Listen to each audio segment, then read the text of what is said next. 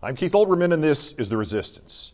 Behind the underhanded deceit of the Jared Kushner secret Russian communications scandal and its implications for Donald Trump's incumbency, there is a possibility that could be more dire still for Trump.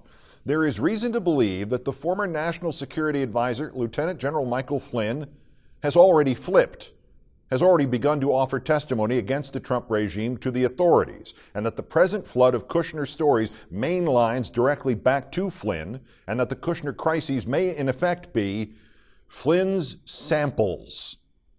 It is speculative at best, but if Flynn is already talking, and if Flynn has already given the Justice Department Kushner, he may very well be negotiating right now for full or fuller immunity in exchange for his evidence about their other targets in the Trump-Russia investigation, and flatly, there are not many they would need Flynn for besides Trump himself. Or it could easily be that Flynn made a deal to nail Kushner, and the hope is that Kushner will break and give up Trump. It is speculative, but two of the smartest people I have ever interviewed are doing some of this speculating. Senator Sheldon Whitehouse of Rhode Island on CNN, quote, "There is at least a reasonable hypothesis that Mike Flynn is already cooperating with the Department of Justice investigation and perhaps even has been for some time, and if that's the case, then having congressional committees drag him in front of Congress could be a significant interference. That could also be why Flynn had his attorney Robert Kellner invoke the Fifth Amendment for him when the Senate Intelligence Committee demanded documents from them. If Flynn has a deal with the Justice Department or is close to one, and he does not have a deal with the Senate committee, why on earth would he cooperate with the committee?" This same bell rang with another one of the smartest people I have ever interviewed, the national security analyst Juliette Kayyem. It was a ding, ding, ding, because all of a sudden things started to make sense. It explains why Flynn's lawyers are not being cooperative with the Senate and House. It may also explain why we're starting to hear stories about the Kushner-Flynn relationship. She added, "I'm just putting the pieces together here. I would not be shocked to learn that Flynn is trying to get a deal with the FBI." It should be noted here that Juliette Kayyem, in early March, looked at the flurry of talk about testimony from and subpoenas to all the principals in the Trump-Russia nexus and said, in effect, hold on, how come there's nothing here about Mike Flynn? Maybe he's negotiating a deal? Within days of her inference, and she was slammed left and right for her inference, Flynn's lawyer, the one with the degree in Russian studies who wrote his thesis about Trotsky and was one of the last Republican never-Trumpers standing, within days, Flynn's lawyer publicly offered to have his client testify, but only with significant immunity, and oh, by the way, Juliette Kayyem was proved only entirely right. There is also something to be gleaned, I think, from a little forensic reverse engineering about the Jared Kushner Russian spy hotline story that blew another hole in the Trump regime when the Washington Post printed it. In the opening paragraph, we learn the story of Kushner's meeting with the ambassador Sergei Kislyak, that it's sourced, quote, according to U.S. officials briefed on intelligence reports.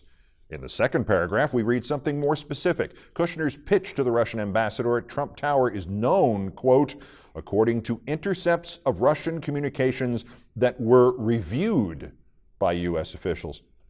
And before Trump could scream that that meant his phones were tapped, there's this, quote, neither the meeting nor the communications of Americans involved were under U.S. surveillance, officials said. So, Russian communications were intercepted, but we were not surveilling the meeting, nor the Americans that were in that meeting. That may mean these intercepts of Russian communications were done by some other country's intelligence officials. All the American intelligence community may have is somebody else's tapes or transcripts. Plus, the three central points of the theory of the Trump-Russia case are money, registration roll hacking to facilitate micro-targeting voters in swing states, and disinformation. What if this wild story, the president's son-in-law, thought talking directly to the Kremlin via Russian spy facilities was a good idea? What if this is actually just another plant, just more disinformation designed to destabilize the country's politics? The Post even anticipated us there. Russia at times feeds false information into communication streams it suspects are monitored as a way of sowing misinformation and confusion among U.S. analysts. But officials said that it's unclear what Kislyak would have had to gain by falsely characterizing his contacts with Kushner to Moscow. Great. But if the prospect of disinformation had already occurred to the reporters and their sources and the U.S. intelligence community, and if our intelligence community was not eavesdropping on this conversation, and all we have is some other country's intelligence product, why are they so certain that this remarkable, damning story about Kushner unfolded just as Ambassador Kislyak said it did when he told his masters in Moscow? What is the intelligence community's second source confirming all this? To say nothing of the Washington Post's second source confirming all this. What sold them? What convinced them? Well, I skipped something in paragraph number 3, didn't I? Quote, "The meeting was also attended by Michael Flynn, Trump's first national security advisor." If U.S. intelligence or the Justice Department or both ran some other country's Kushner-Kislyak transcript past Flynn and he had a deal with them, or even the outline of a deal with them, all he would have had to have said to convince the agencies that that's the way it happened would have been one word: yes.